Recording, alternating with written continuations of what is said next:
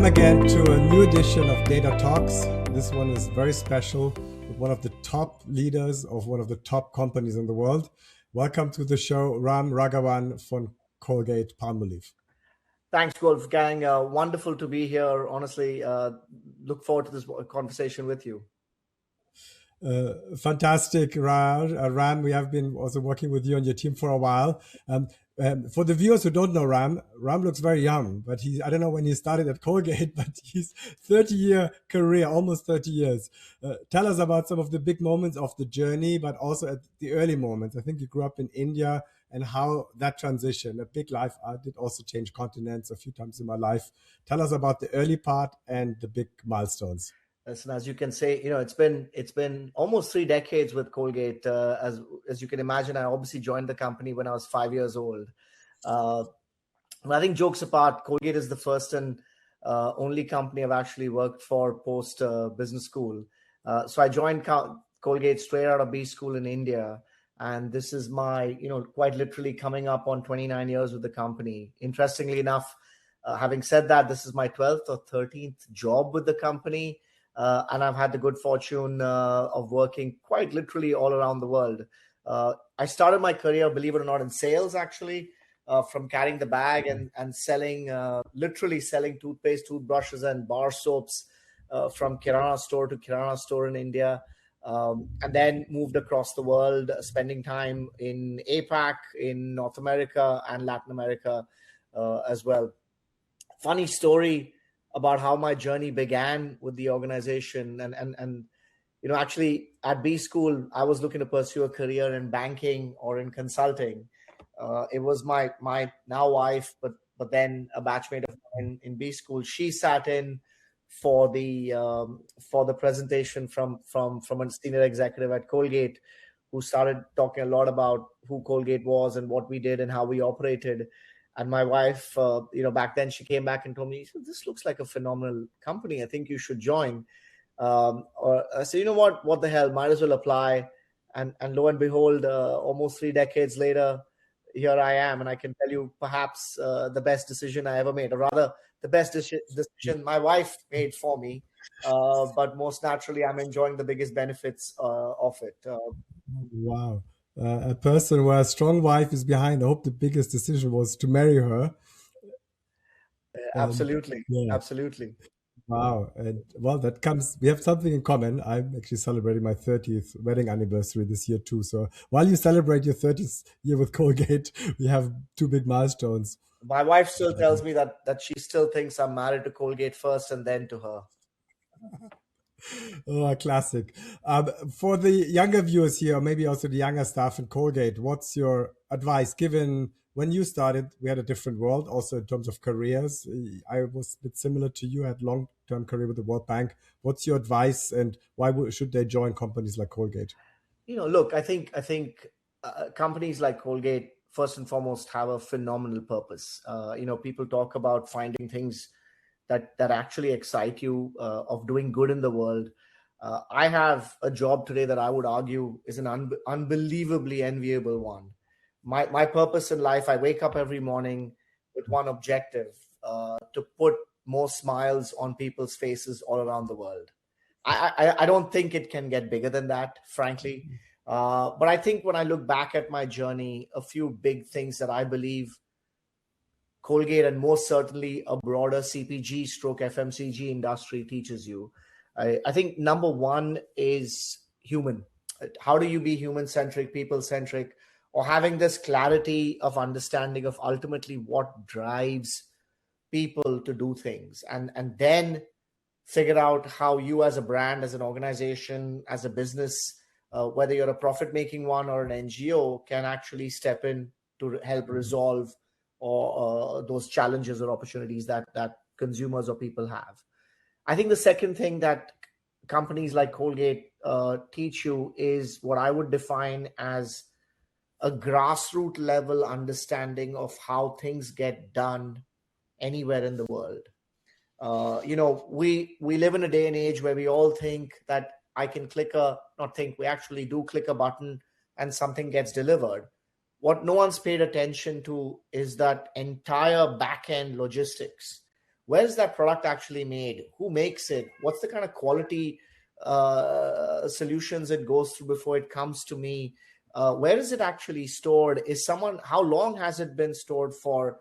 When you start breaking down the simple act of intent to action, and then let's say from something you see or hear of, and then a click to buying it, companies like Colgate teach you grassroots understanding of how business is structured. I think that's number one. The second, I think CPG and FMCG industries touch almost every aspect of a business, whether it's opportunity identification, whether it's innovation, whether it's brand building, communication, distribution, supply chain, financials, balance sheets, P&Ls, you name it. You kind of CPG gives you that breadth of exposure.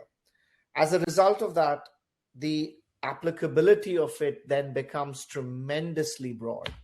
Tomorrow, I may not know banking, but my training has certainly enabled me to go and ask the right questions, right? And the skill sets it's provided me is to learn to understand what does logistics mean for a banking industry or for any other industry for that matter, right? Similarly, innovation.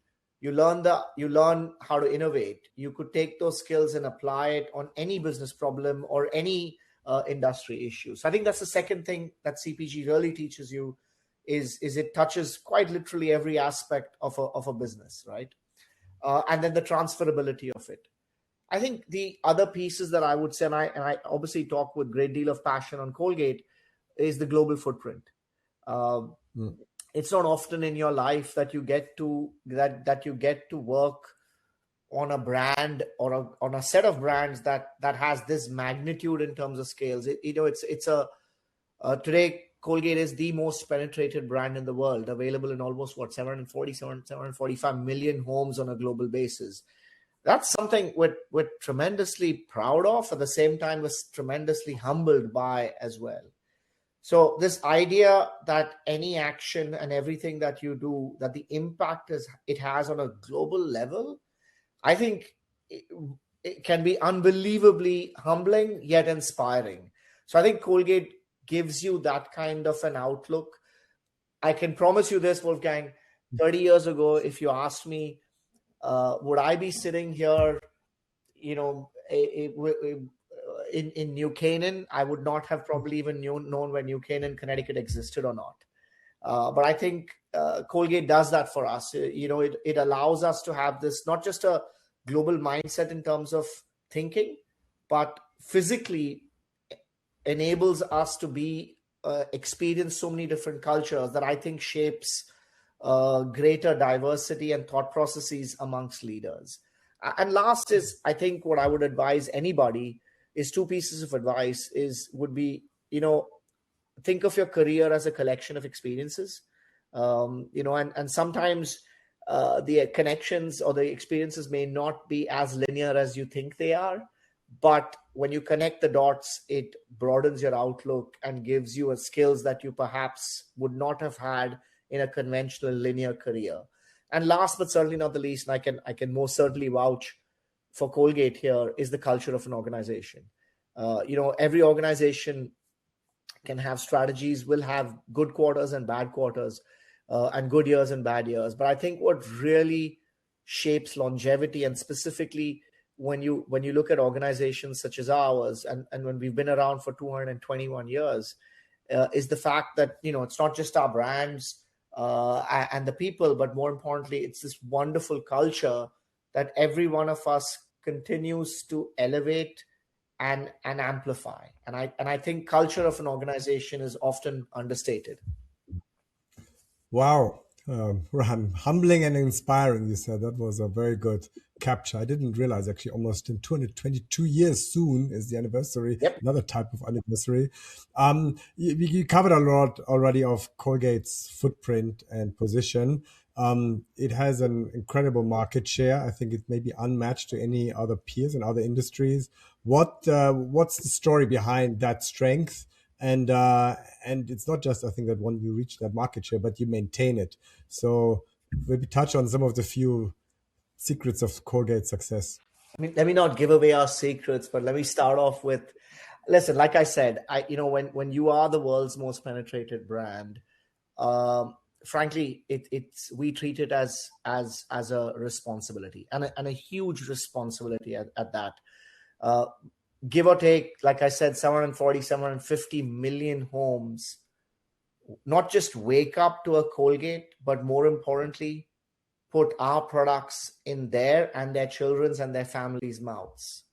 Now, that kind of trust, that kind of belief, that kind of relationships don't happen overnight. They take decades and decades of unbelievable and unwavering perseverance towards translating a purpose that we have into our products, our brands, and the science that we ultimately bring to the table. So I think for me, the responsibility, the way we see it, it starts with an unrelenting focus on the consumer. Uh, what are they looking for, not just today, but tomorrow, the day after, and perhaps a year from now as well, and maybe 5 and 10 years from now. So it's about ensuring that we stay focused on their needs. I think the second, as I highlighted, our purpose is big, and it requires us to think big. We talk about reimagining a healthier future for all, right? And you think about reimagining a healthier future. There's 2, 3 big words in there: reimagining, healthier, and a future. And then when we land it in the context of oral health, we step back and always look at one of the things that we believe we've done well and continue to do well is elevating oral health. The next thing I think that automatically would link itself from there is really about ensuring we have a portfolio that allows us to meet these consumer needs, no matter where they are, no matter what they're looking for, and no matter what socioeconomic groups that they belong to, right? We have portfolios that address any and every benefit in the category at any and every price point in the category, right? And then last but certainly not the least, I would say is a commitment to elevating and championing oral health. And why do I use these words, championing and elevation? Because I think behavior change is the single hardest thing that any human being can undertake. Think about the number of resolutions that are made on Jan 1, and by Jan 5th, pretty much most of them are gone, right? So in our case, our commitment is in the context of ensuring consumers look at oral health as a fundamental way to improve lives. And that could be about brushing twice a day. That could be about brushing at night. That could be about brushing for 2 minutes. Or it could also be about visiting the dentist twice a year, right? These are behavioral shifts that we remain committed to. In fact, I can tell you one of our programs called Bright Smiles, Bright Futures just celebrates its 31st year. And it's a grassroots program that looks to go to schools around the world and educates children, creating awareness for oral health on what happens to their teeth and their mouths on an everyday basis, and how oral health is critical as a part of their lives, and not just keeping them problem free, but more importantly, enabling them to thrive in the future. It's a program that's reached 2 billion children over the last 3 decades, right? Long before corporate social responsibilities and all these elements were there, we committed to this as an organization. So I think it's this combination of category growth, consumer understanding, category growth, portfolios, brands, and science. And I think it's this combination of this magic formula that's really been the secret of our success. And like I said, it's something we never take for granted. It's a position that comes with tremendous accountability in our minds. So we remain unwavering in our efforts to ensure we continue to deliver against the consumer needs. Humbling and inspiring, right? I think that is a theme here. You mentioned 250 million homes roughly in my ballpark, but the numbers for you should be close to 2 billion people. So that is quite remarkable. Now you can only reach that when you are across, you're global, as you outlined. I hope I get this right, but you lived and worked in India, China, Canada, Mexico, and the US now in a global role. Um, Tell us a bit about the experiences, but also about Colgate's positioning in these markets, which are really different and quite complex. Look, I think, every market has degrees of uniqueness and degrees of similarity, as I would put it. When you step back, and I'm going to go back to people centricity, given the conversation we've always had on people and data and understanding where people are, what they're doing, and what motivates them, right? I just think when you're clear about core motivations, the degrees of development typically would vary. And what do I mean by that? If I double clicked and asked you 20 questions on why is it that you want whiter teeth, more often than not, it would come down to a few core human-centric motivations. It's about your ability to fit in. It could be about the confidence to express yourself. It could be about giving you inner strength that enables you to shine, right? Now, the degree of development of whitening may vary around the world, but the core need still exists, number one. Second, the way we look to solve it may vary, right? And this could be a combination of regulatory environments as well as consumer expectations in terms of value propositions and the price they will be willing to pay for certain things. In the US, prevalence and visits to dentists significantly high, therefore, and including in-office whitening treatments. Therefore, comfort, understanding of ingredients, what goes in, what makes the difference, how it works, tremendously high. So our challenge in the US, has been about how do we take ingredients that dentists actually use in the clinic and then are able to give it to you in an everyday toothpaste solution that you can use at home as well. So it's not that we're going to be replacing the dentist, but we are actually augmenting or complementing an investment perhaps you've made in the dental office that you can now continue to enjoy even when you're back at home, right? It's often, when you go through a whitening treatment in the dental clinic, it's often called the white diet. So you come out of that and then you try to restrict the amount of coffee, tea, wine that you're drinking. But with solutions like Optic White, we've taken the same ingredient. The technology, our strength has been in taking that technology and applying it on a toothpaste. And therefore enabling you to enjoy your life or not having to compromise your desire to drink coffee, tea, wine, whatever your favorite beverage is, but still remain and hold on to that white teeth. Now flip the problem to a country like India, where affordability criteria come into play, right? How do we create the right technologies at the right price point? So we've just last year we launched the first at-home whitening solution in India at about I'm going to say $4.50 or $5. Now again, a superior technology, something that does not exist in the marketplace, but done in a way that a consumer in India would be comfortable using, and more importantly, is able to afford it as well, right? So you see the whitening need, but we're able to tailor our portfolios in accordance with what that consumers want.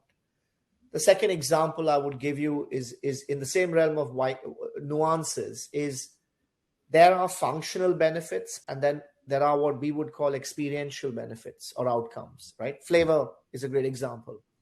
Whitening, functional. I want whiter teeth.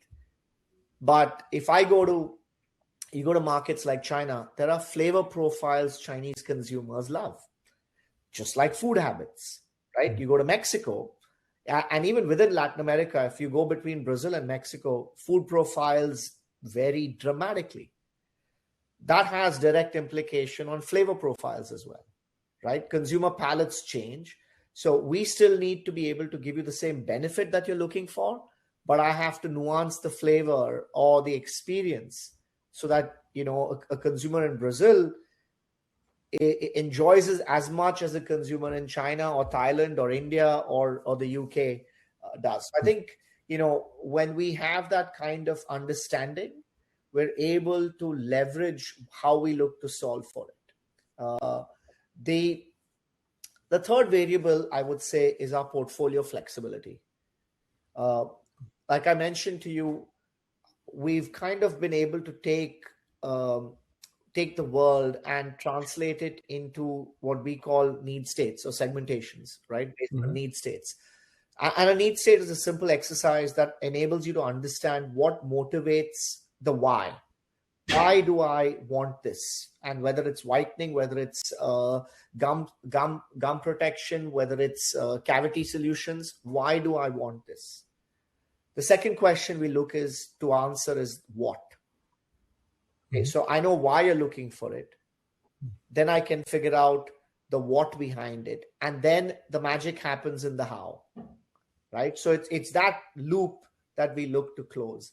What we find more often than not, the whys at a very core human level are quite similar.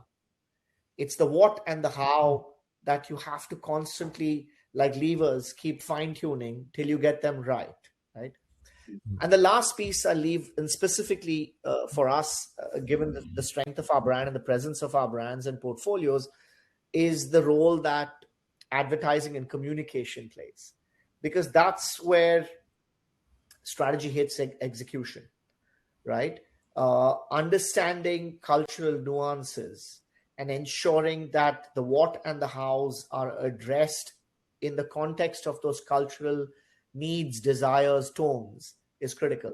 So if I very put simply, parenting is a universal phenomenon, right? Universal. Every parent, wants the best for their child. Now you go to different parts of the world, wanting the best for their child is expressed quite differently, right? In European geographies, it's about creating freedom and independence very early in their lives, right? Enabling them, say, listen, you go out there, I'm there behind the scenes, but parents want their children to learn that degree of freedom and independence. You go to Asian cultures, it's a little bit more nurturing and protective. But the principle of parenting hasn't changed. So reflecting those cultural nuances in our communication, in our go-to-markets, is the other variable that enables us to intelligently participate and succeed irrespective of the geographies we choose to be in. Yeah. Wow, what a brilliant analogy, Ram. You mentioned earlier your grassroots efforts and work in India. You mentioned affordability. Actually, the first work we did together with your colleagues was actually in Africa, and that aspect of affordability, some call it the bottom of the pyramid, is also part of it. What role do some of the underserved still play? Because there's some aspect of price point. By our estimates, there's still 3.5 billion people in the world below the middle class threshold that typically are a classic Colgate consumer. What's the Colgate approach to those who can't yet afford toothpaste? I think, I wouldn't say this can't afford toothpaste. I think it's more about a frequent penetration of oral care and toothpaste. Thank God, has become largely universal.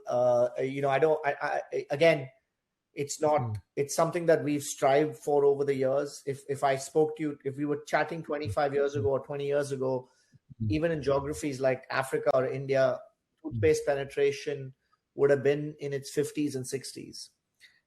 Today, it is 90, 95, 99, depending on the geographies you are in. I think our biggest focus and efforts, one of our big focus and efforts, is more around consumption behavior and the behaviors associated with oral care. Unfortunately, still large parts of the world don't brush twice a day. In fact, many geographies, they don't even brush 7 times a week, which is they're skipping even single day brushing, right? So our focus really with our Bright Smiles, Bright Futures program is about creating that behavior as a child. Because I think the single biggest insight we've learned over the years is habits you create as a child stick with you all through your life. I'm sure you should not, I should never be saying you should try this, but I'm sure you've missed a brushing at night in your life ever so now and then. I guarantee you feel different when you wake up the next day, right? Because that's the habit that's been created in you. So number one, our focus is on that creation of habit, those good habits that we want people to that we want to ensure that sticks with you all your lives. The second piece of it is, again, in the context of duration of brushing. Unfortunately, the average duration of brushing is about 80 seconds or 90 seconds, whereas the dentist recommended brushing is 2 minutes, right? And most people, and if you can imagine the global average being at about 80, 90 seconds, this number varies all around the world, right? So I think the second key thing for us is to ensure the consistency and the correctness of the habit. So first is about making sure you brush twice a day, then you do it the right way. And then third, for me, would be about ensuring you have the right solution. So the right toothpaste, the right toothbrush, ensuring that all these three things come together. So I think that's how we look at it. The best example I can give you to highlight sometimes this notion of, and in all honesty, Wolfgang, I do not like to qualify the world as developed and emerging, because I think those are paradigms that have long gone. The past, yeah. Yeah. I'm going to take Brazil as a wonderful example, where the right interventions between private-public partnerships ensured brushing behaviors occurred after every meal, including at school. As a result, today, most Brazilians brush 3 times a day. So I just think it's, and depending on who you are, someone may tell you Brazil is an emerging or not an emerging market. So I just think there are that criteria is not the way we look at the world. We look at it in the context of where people are with oral care, their oral health, the access they have, the behaviors they have, and then we look to define the right levels of interventions to ensure that we're able to move the needle accordingly. Wow. So Brazil in your books is on the high top end. And for all the viewers, if you just take one thing away, is time yourself when brushing teeth tonight and make sure it's 2 minutes. That's from Mr. Ram Raghavan, a big advice here. Yori got us a sense of where the industry is going and where Colgate is going. You're leading an effort every year on a foresight of the industry. Give us just a few latest insights of where you see in some, on the one sense, this very stable enterprise and sector, at the same time a very dynamic world, where we are heading with oral care. Great question, Wolfgang. Let me start with a point on data first, right? It's a passion point for both of us. So let me start at the point on data, and then I'll come in contextualize data in the bigger purpose of trends and therefore how we see the world. I'm going to start with a story about data is the breadcrumbs of human behavior. Let me open with that. I'm going to tell you a story of my wonderful 80-year-old mom. So she comes and lives with us sometimes 3 months in a year, sometimes a couple of months, sometimes 6 months, right? And now she's an avid reader. And strangely, again, no judgment, it's my mom, I love her. She loves reading books on 2 subjects, among many other things, but 2 subjects are her big passion. Number 1, British period romantic novels from the 15th, 16th, 17th century. And second is Tamil, which is an Indian language, Tamil scripture books. Very varied. Now she comes in and then, she'll ask me to buy it on my Amazon account, and then, I'm downloading it on her Kindle. You can imagine after 3 months of being with us, what happens to my recommended list on my device, right? Suddenly I'm getting recommendations about British period novels or romantic British period novels. It's not my thing. So if you just went by the what,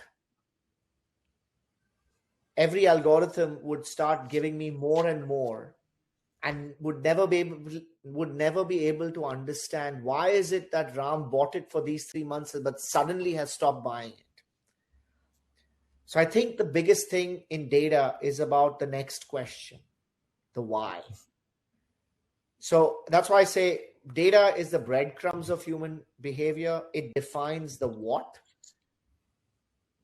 Humans have to step in to understand the why, because that goes back then to the motivations behind why is it that I'm displaying those behaviors or lack of those behaviors, in the context of that. So let me start with that. And therefore, when I look at data on a global basis, the macro trends show you where the breadcrumbs are heading. Our task really is about decoding the breadcrumbs, understanding that why, right? And we don't just look at 2026. We obviously look at the next 12 months, we look at the next 5 years, and then we look at the next beyond that as well, because that's the longevity we look to see, right? And I would say it starts from two different sides of the equation.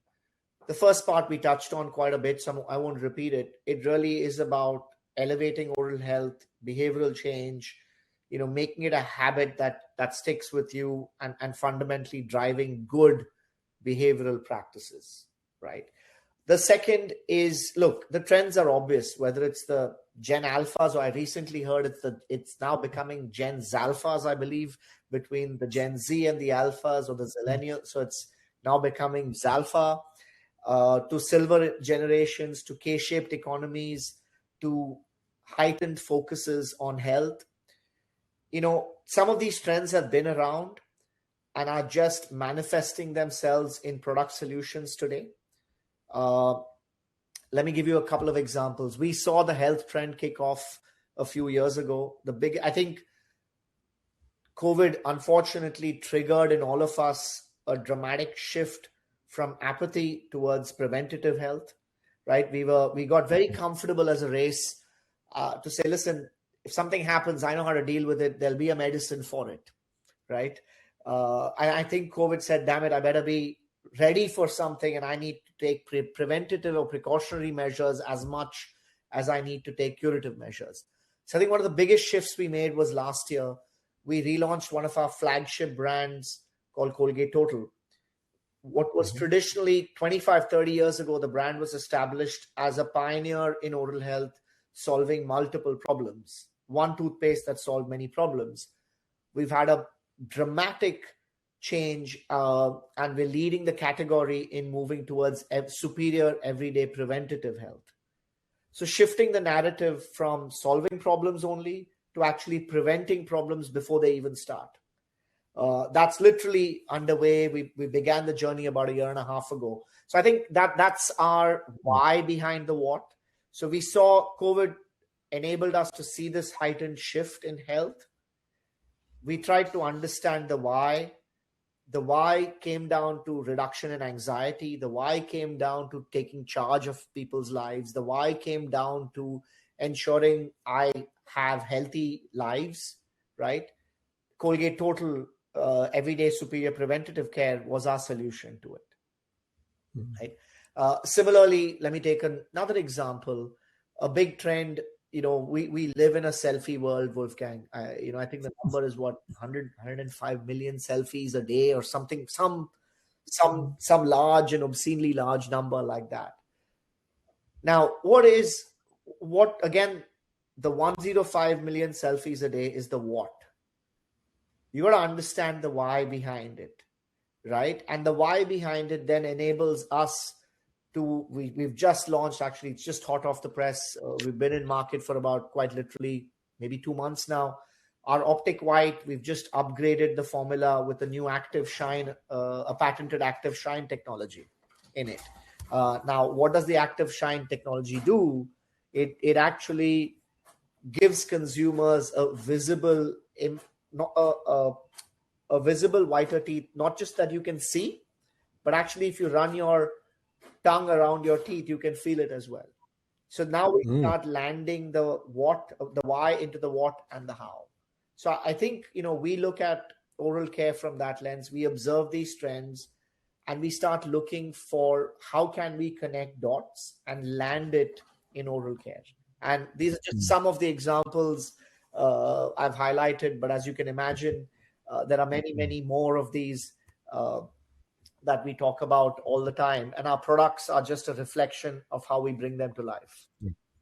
Ram, would you think that in the future people would talk about Colgate as much in an healthcare and as a healthcare enterprise as an FMCG enterprise?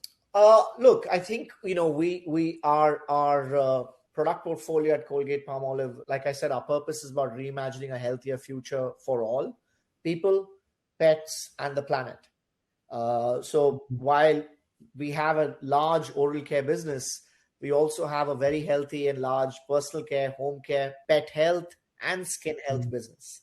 So when we look at the portfolio of products and categories we operate in, that's why we look at it as a healthier future, not just the context of people, but people, their pets, and the planet as well.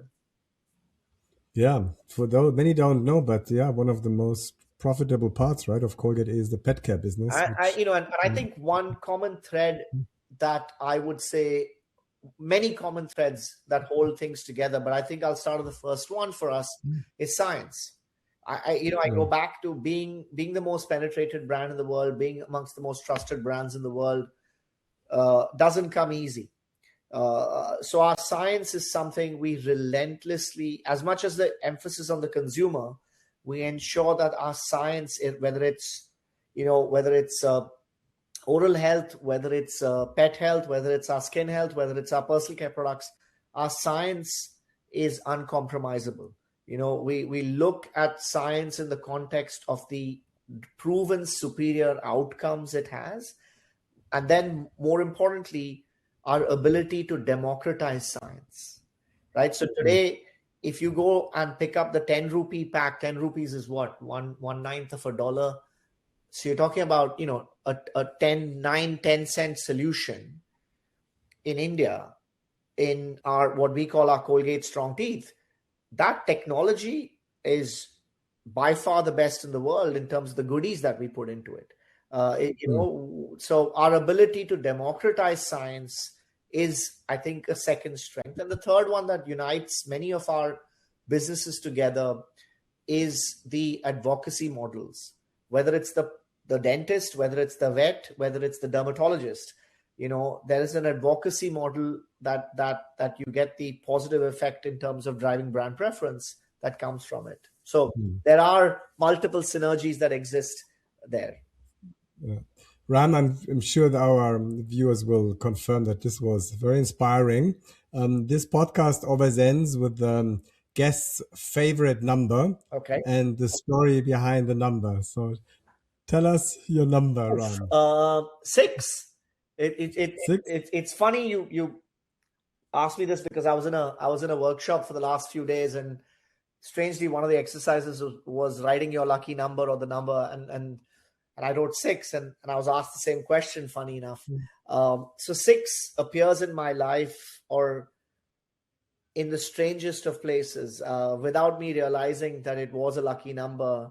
So simply put, my wife and I got married on the 6th of December. We have 2 boys. One's born on the 6th of May. One's born on the 6th of September. The last apartment we lived in, the number was 2202. So if you added it up, was 6. And like I was telling you, I was in a workshop yesterday, and the table that I was with, I had put there 6, and there were a couple of other people on the table. One had 0606. The other one had 66. So there's just a strange set of coincidences that come in, and the number 6 keeps popping up in my life time and time again. So I associate the number 6 with Ram, a very round number, and an inspiring again exchange. You listen to somebody who's very passionate, very inspiring, and one of the top leaders in the world on oral care. Thank you so much, Ram, for being on the show. Not at all. Thank you, Wolfgang. It's been a pleasure. Hopefully, you enjoyed it as much as I did.